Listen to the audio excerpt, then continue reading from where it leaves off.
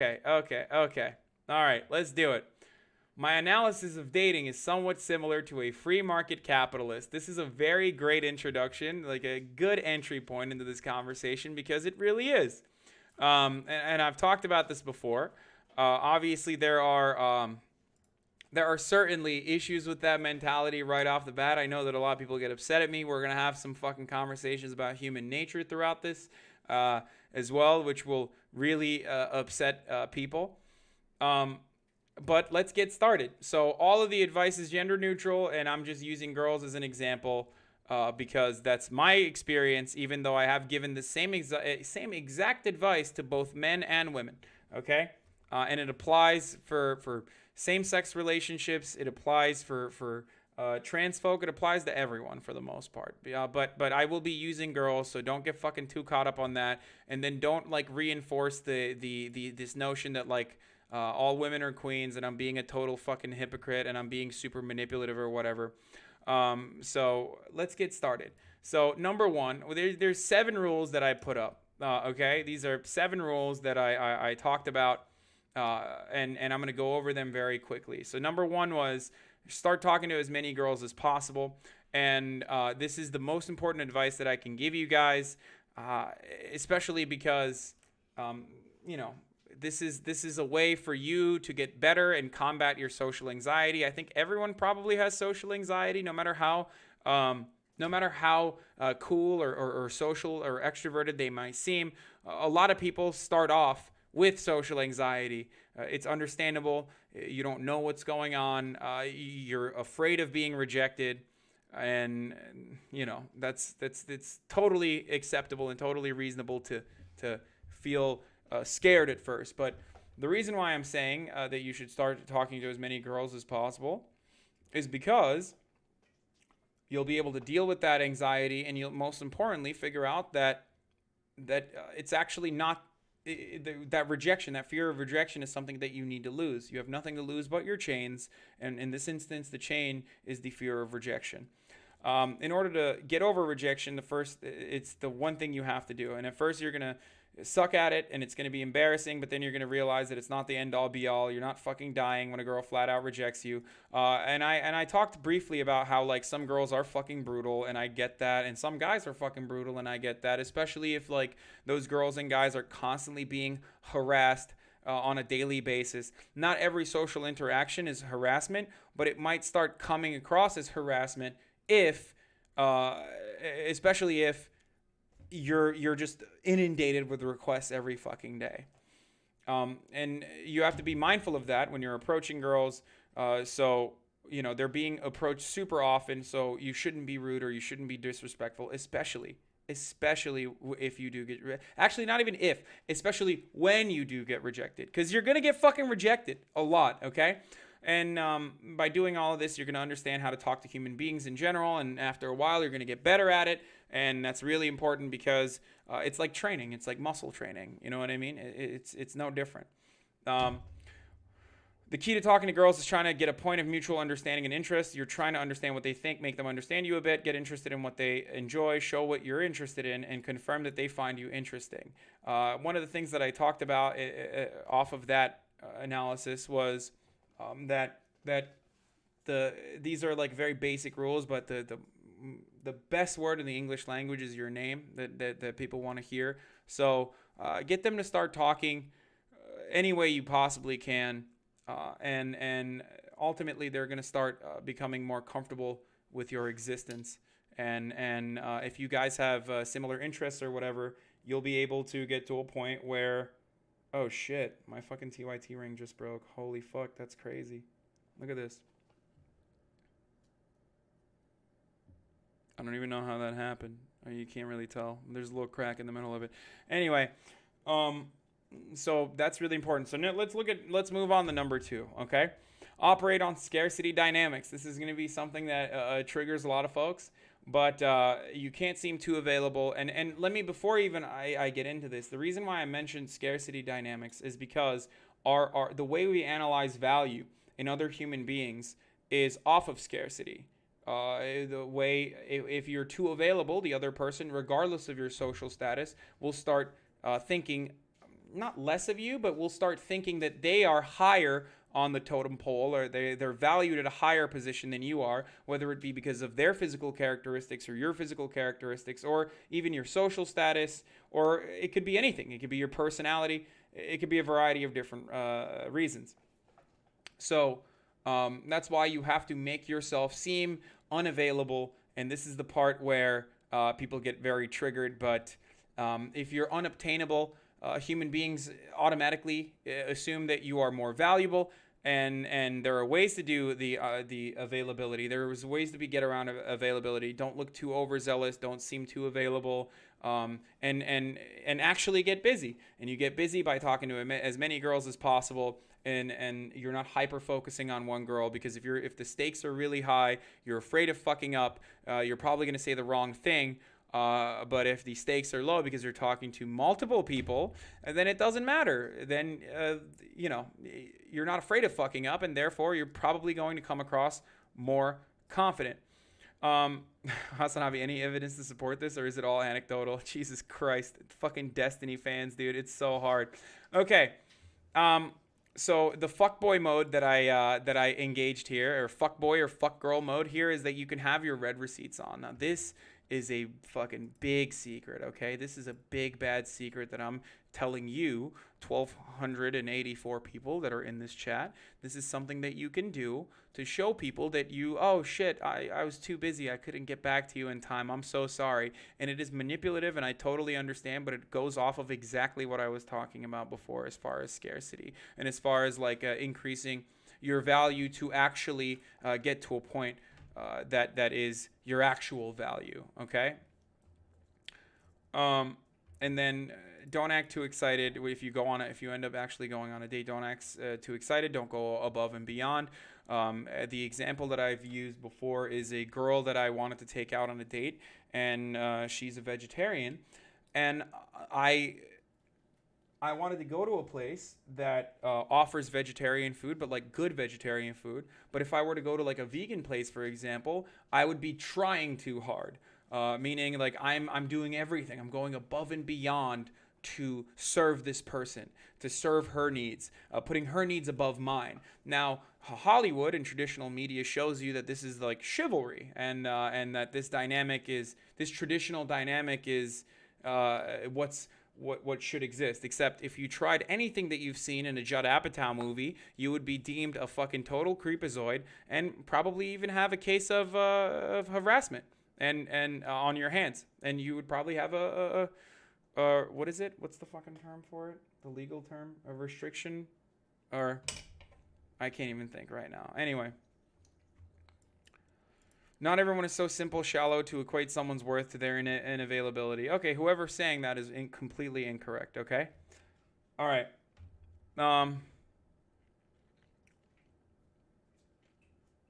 Restraining order, yes. Okay, number 3, figuring out fun activities that you can do that tie back to your personality and your personal interests. This is important as well. So every move that you're making when you initially meet people is a move that you're making that should be somewhat deliberate, that should show someone where you're at or what you like or a piece of your personality. Don't take someone out just on a fucking expensive date because you don't want to put out the idea that your personality is all about how much your net worth is. This is terrible. This will lead to a terrible relationship down the line because the dynamics are built up originally under false pretenses. A lot of people end up going to very expensive restaurants, for example. I refuse to do that. One of the things that I used to do in Los Angeles, and I still do every now and then, is tell girls that I was going to go to Pink Taco, which is a Hollywood location and somewhat bougie. And in fact, I would take them across the street to my favorite taco restaurant, which is Pinchas Tacos. Pinchas Tacos has arguably much better food, but it is a rinky-dink establishment. I would do this sort of confusion to see how the person would react to that. If they're super shallow and they're like, oh, what the fuck? We're going to Pinchas Tacos? This place is terrible. I got ready for Pink Taco. Then maybe that person is not for you. Now, if you don't mind having a materialistic partner who exclusively cares about how much money you make, then, disregard everything I've said.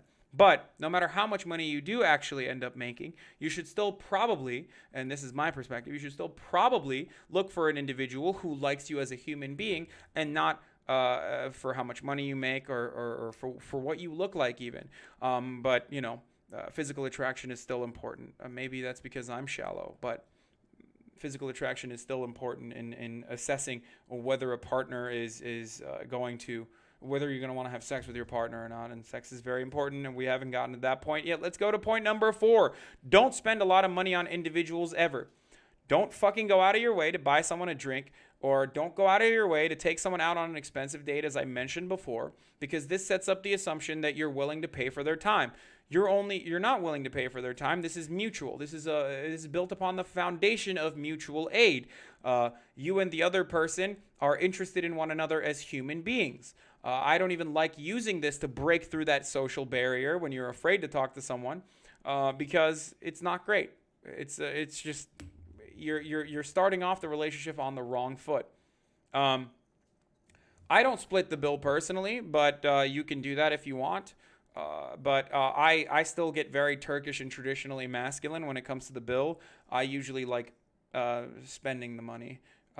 Not because I need to show them that I'm like spending the money and I'm a big baller or whatever, but I do sometimes assume that more traditional role of caretaker, I guess, which is again, I guess antithetical to being a leftist or whatever. But that's my perspective, and it's outdated, and I don't give a shit. Where was I? Okay. Never buy a drink as an entry point, since you're essentially saying, I'm desperate to get your attention. Instead, go up to them and say, hey, what's up? I'm Hassan. What's your name? It's that easy. I know it sounds stupid, but regardless of how terrified or how sweaty you are at that point, it's the best way to fucking introduce yourself, okay? Anyway. Mark Confidant said, what you're talking about with the expensive date stuff is essentially saying that the date shouldn't be an impressive event to make them interact with you. They should be wanting to hang out with you because you're worth hanging out with. If you come to the interactions with the assumption they should want to spend time with me and act as though it's true, they'll treat you like that as well. Exactly. No beta bucks for the incels, okay? Don't be a fucking beta. Don't be spending those beta bucks on e-girls or whatever the fuck incels say. Okay. Rule number 5. This is complete nonsense. Okay. If they want to be with you and around you, they will do everything they possibly can to be around you and be with you. They will respond to your text messages, so don't force things. This is very important. This goes back to rule number 1 as well. This is why you have multiple options always. Okay? Are you a psychologist? How much personal experience do you have in professional setting guiding relationships? I'm not. And I've never said that I am a professional. You can follow this advice and see if it works for you. And if you think that I need to be a professional psychologist, then you can go listen to fucking Jordan Peterson. Okay, how about that? Anyway, where was I? These rules are terrible. Oh man, first time I've heard that. Definitely didn't hear that last time. Okay, let's get back to it. If they want to be with you and around you, they'll do everything they can. This is very important. Like the principle of forcing things is a recipe for failure in building successful and healthy relationships. If you're conning the person or manipulating the person into hanging out with you, then they're going out on a date maybe to fucking pity you. Do you really value yourself? Do you have such low self-esteem that you would go on a date with someone who would be going on a date exclusively out of pity? Now, I know a lot of people in the chat are going to start memeing and say, yes, shut the fuck up. You value yourself more. It's very important, okay? No, stop. Everybody stop saying yes. Oh my God, this fucking triggers me so much. I hate it when, I hate it because like it's a self-defeating prophecy where if you devalue yourself, the entire conversation that I'm trying to get to here is that you have to value yourself. You have to value your personal space. You have to value your personal time, and you have to show them that you value that so that they respect you. Okay. And this goes for the women who are trying to seduce men, and it goes for the men who are trying to seduce women. Anyway.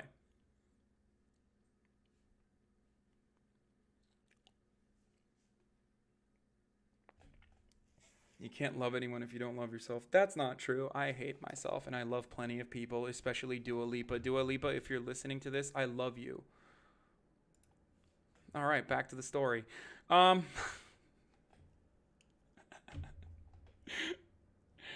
Okay.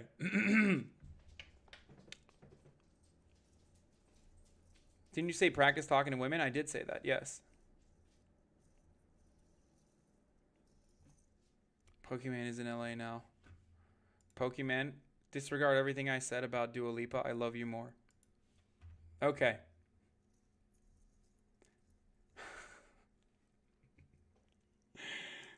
Where were we? Let's keep going.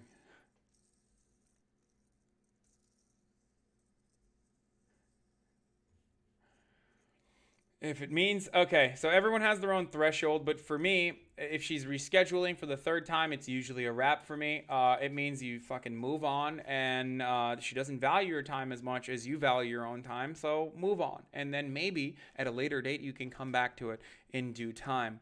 But like I said, you shouldn't get too hung up on people who are keeping you in the quote unquote friend zone. It just means that they're not sexually attracted to you for the most part, or it means that they are not willing to give you a shot, I guess. But you shouldn't be going after people who are not willing to give you a shot regardless, okay? So don't do it.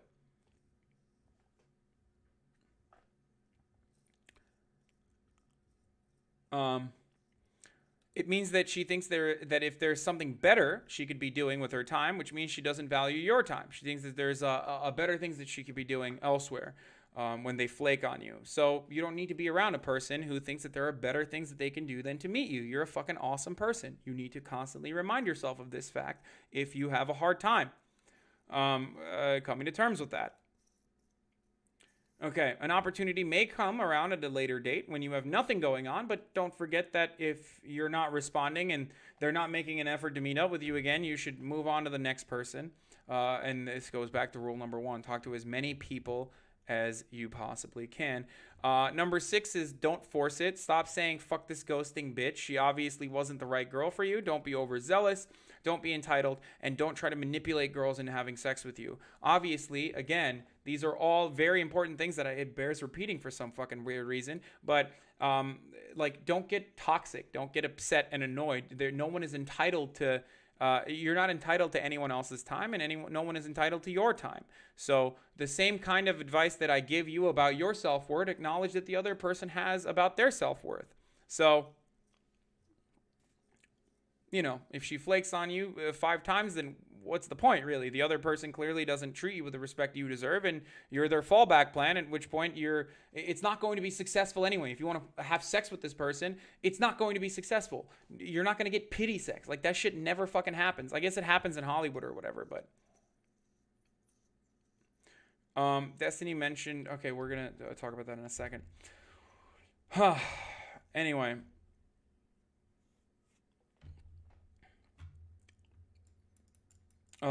where was I? It's not fruitful. It's not a fruitful endeavor, or it's not a good connection at all. If you're trying to win someone over, you're not going to win someone over. Hollywood constantly tells you that you can win someone over, and all of those stories make a lot of money because they're just that. They're stories, okay? So you need to stop with that bullshit. Now, this doesn't mean that like that dynamic might not change, because I know at this point a lot of people will get in the chat and say, well, that's not true. I met my girlfriend because I convinced her to have sex with me, and my dick was massive, and she fell in love with me as soon as she saw it, or whatever the fuck. That stuff is really stupid. Like, and if it happened to a person, if it happened to one person, that doesn't mean that it's going to happen to every single person. It's not. Like, I don't know what else to say about that. Okay. If you're, the reason why I was mentioning that is because some people will say, I don't want to date, I just want to fuck. Okay. Especially a lot of incels would say shit like that. They're not going to fuck you either, dude. Like, it's very, very, very unlikely. Wow, privileged chat talks about easy sex. Oops, sorry. Should have went back to the point in time when I wasn't a fucking privileged Chad, where I wasn't famous, or I wasn't an e-celebrity, and I certainly wasn't an attractive man with 15% body fat, okay? So, no. It doesn't work that way. These are absolutely skills that you can use regardless of what you look like. Nothing that I'm telling you is beyond reason. Okay.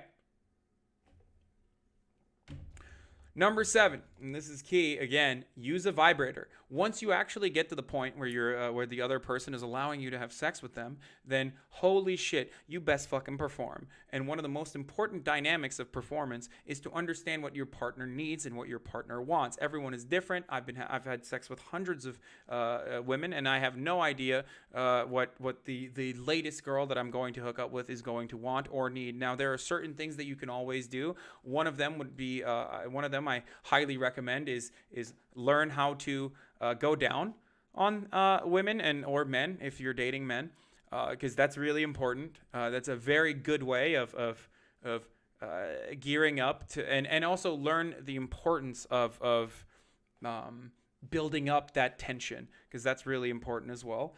Where was I? Okay, so yeah, use a vibrator. Get a vibrator. Buy a vibrator. If you're a guy, buy a vibrator. If you're a girl, definitely buy yourself a vibrator. It's very important. This is something that, for some weird reason in America, because of our fucking puritanical nature, we don't teach women to immediately own a vibrator and like learn what to do with their own bodies.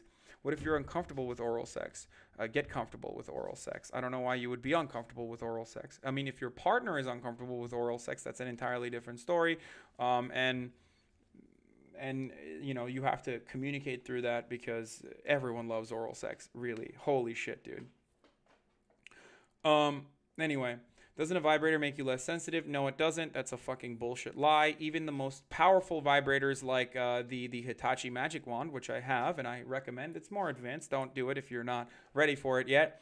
Will rarely ever cause a loss of sense. Okay. Yeah, some women perform missionary above all sex. Yes. I trust me, I know. I know that. Okay. I'm petting my doggo right now. How much maca are you meant to have a day? I don't really use maca anymore.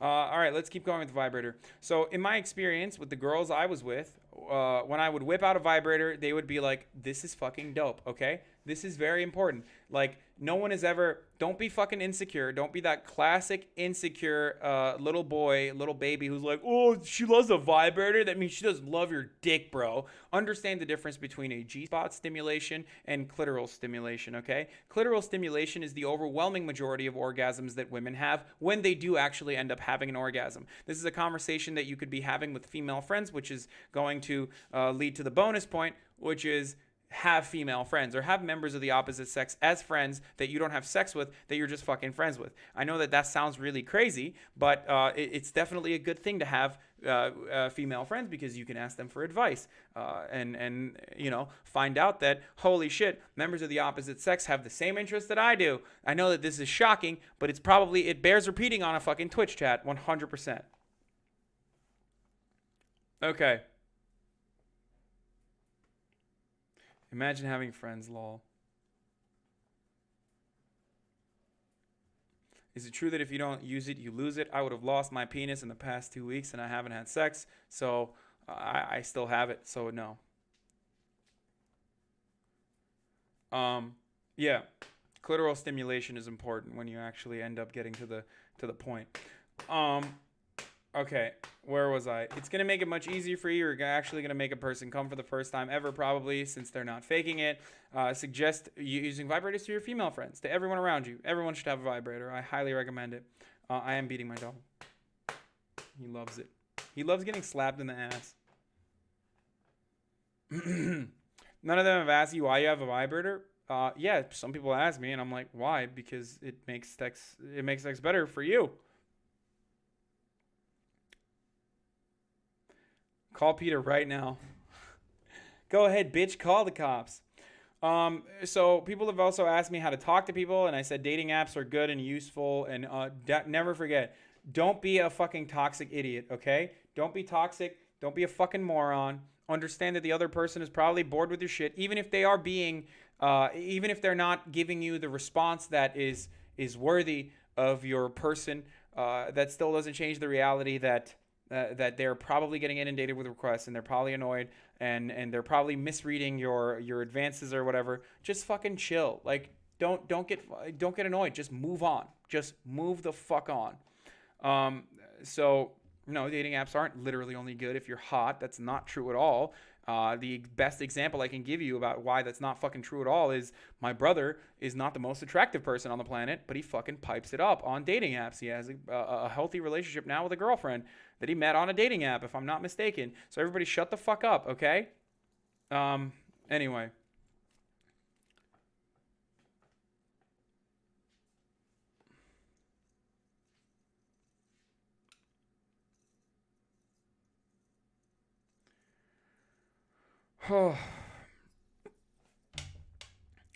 And if you're having a significantly hard time on dating apps, it's probably because you're only going for the same kinds of people that are not going for you because of the same fucking shallow reasons. Give other people an opportunity. Go out and talk to them. Maybe they're fucking awesome, okay? Not everyone has to look like Dua Lipa, but also, Dua Lipa, I love you. Please respond back to my DMs. Why won't you respond to me? I've said I've loved you. I know you have a boyfriend, Dua Lipa. God damn it. Same for Pokemon as well.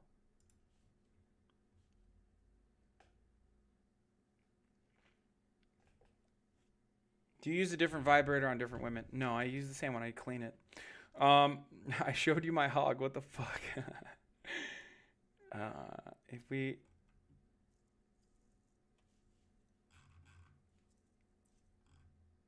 Pokey is live and single. Hit her up.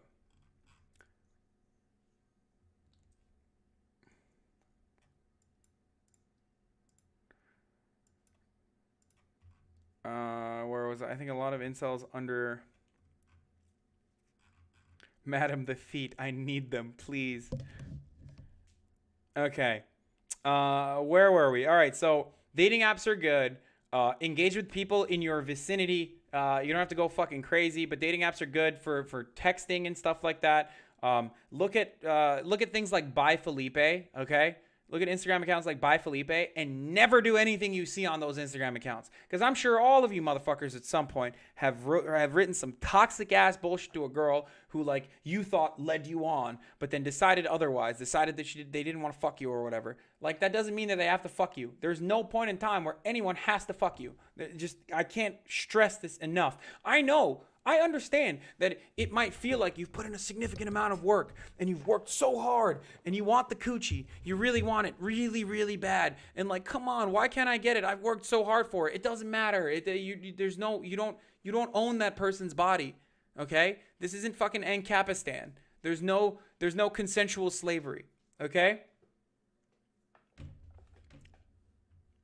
Total projecting Omega lol. Yeah, no, I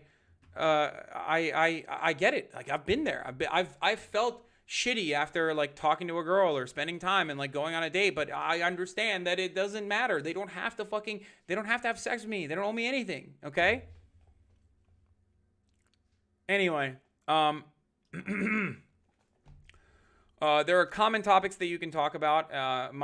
My concept is, look, there are things that everyone loves, okay? No matter what. If you fucking breathe, you like food, you like animals, you probably like anime. Don't do it if you're a weeb, though, because weebs get fucking annoying and weebs get the wall sometimes. Don't talk about capitalism or communism or whatever the fuck that's like for advanced levels. You can talk about movies, Netflix, common shared experiences. Always look for common shared experiences that other people will most likely also have. And the reason why I'm mentioning this is because, again, this is all about just advancing the conversation, because people let out subtle hints of their personality without realizing when they're having an extended conversation. So the goal is to have an extended conversation and get the other side to know you. Always do normie shit, okay? Don't go in with fucking edgy gachi bass memes, because no one is going to understand that. No one is going to think that's fucking funny unless you found a unicorn who, male or female, is interested in the same kind of fucking favorite Twitch streamer that you like listening to, that talks a little bit too much about communism apparently, and that's why XQC thinks communism is bad now, and I'm very sad, but it's okay. We're going to get back to this issue at hand. XQC, please respond to my DMs. I don't only like to talk about communism. Okay. Normie shit is very important. Everyone, like, talk about fucking Bird Box or whatever. You don't even have to fucking talk about the actual movie. Just be like, what's up with Bird Box? Why are there so many memes about Bird Box? Like, I don't fucking understand it, dude. What's up with Sandra Bullock? Just doesn't matter. Boom, it's over. Talk to the other person. They're gonna come up with something. They're also confused, and they're also trying to impress you in some way because they've already admitted to going on a date with you. So, like, obviously, it's a mutual situation. Anyway. Don't show them your memes. No matter what, do not show them your fucking memes. Hide the memes every single time, please. For the love of Christ. Never show the memes. Terrible decision. Terrible decision.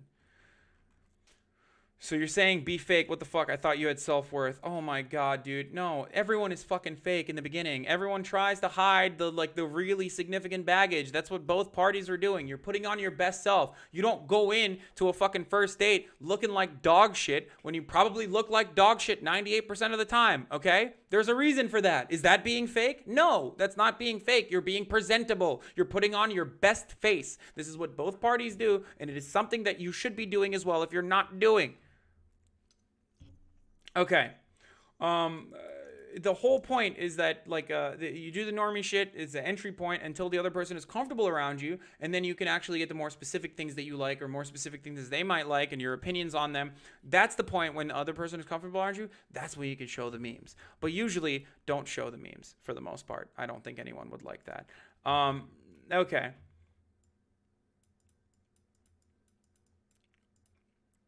The bonus round here was I said, don't fuck your ex. There's a reason why they're your ex.